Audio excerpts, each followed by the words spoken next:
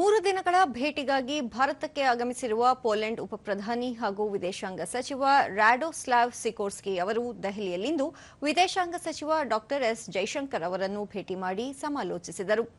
ಈ ಸಂದರ್ಭದಲ್ಲಿ ಪ್ರಾಸ್ತಾವಿಕ ಭಾಷಣ ಮಾಡಿದ ಡಾ ಜೈಶಂಕರ್, ಭಾರತ ಪೋಲೆಂಡ್ ಬಹುದಿನದಿಂದಲೂ ಉತ್ತಮ ಬಾಂಧವ್ಯ ಹೊಂದಿದ್ದು, ಇತ್ತೀಚಿನ ವರ್ಷಗಳಲ್ಲಿ ದ್ವಿಪಕ್ಷೀಯ ಪಾಲುದಾರಿಕೆ ಹೊಸ ಎತ್ತರಕ್ಕೆ ಏರಿದೆ ಎಂದರು. ಮಧ್ಯ ಯುರೋಪ್ನಲ್ಲಿ ಪೋಲೆಂಡ್ ಭಾರತದ ಅತಿದೊಡ್ಡ ಪಾಲುದಾರ ರಾಷ್ಟ್ರವಾಗಿದ್ದು, ದ್ವಿಪಕ್ಷೀಯ ವ್ಯಾಪಾರ ಮೌಲ್ಯ $7 ಶತಕೋಟಿ ಏರಿಕೆಯಾಗಿದೆ. ಪೋಲೆಂಡ್ನಲ್ಲಿ ಭಾರತದ ಹೂಡಿಕೆ $3 ಶತಕೋಟಿ ನಷ್ಟಿದ್ದು, ಕಳೆದ ದಶಕದಲ್ಲಿ ಶೇಕಡಾ 200ರಷ್ಟು ಹೆಚ್ಚಳವಾಗಿದೆ ಎಂದು ತಿಳಿಸಿದರು.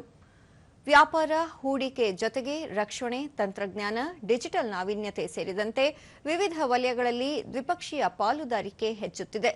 ಭಾರತದ ಮಾರುಕಟ್ಟೆ ಗಾತ್ರ ಬೃಹತ್ತಾಗಿದ್ದು, ಬಂಡವಾಳ ಹೂಡಿಕೆಗೆ ಅನುಕೂಲಕರ ಹಾಗೂ ಪೂರಕ ನೀತಿಗಳಿಂದಾಗಿ ಪೋಲೆಂಡ್ನ ಹೂಡಿಕೆದಾರರಿಗೆ ಭಾರತದಲ್ಲಿ ಹೆಚ್ಚಿನ ಅವಕಾಶಗಳಿವೆ ಎಂದರು.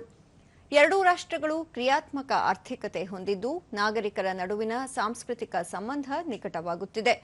ಪ್ರಸ್ತುತ ಬದಲಾಗುತ್ತಿರುವ ಜಾಗತಿಕ ಪರಿಸ್ಥಿತಿ ಸಂದರ್ಭದಲ್ಲಿ ಪೋಲೆಂಡ್ ಉಪಪ್ರಧಾನಿಯವರು ಭಾರತ ಭೇಟಿ ಆಶಾದಾಯಕವಾಗಿದೆ ಎಂದು ತಿಳಿಸಿದರು.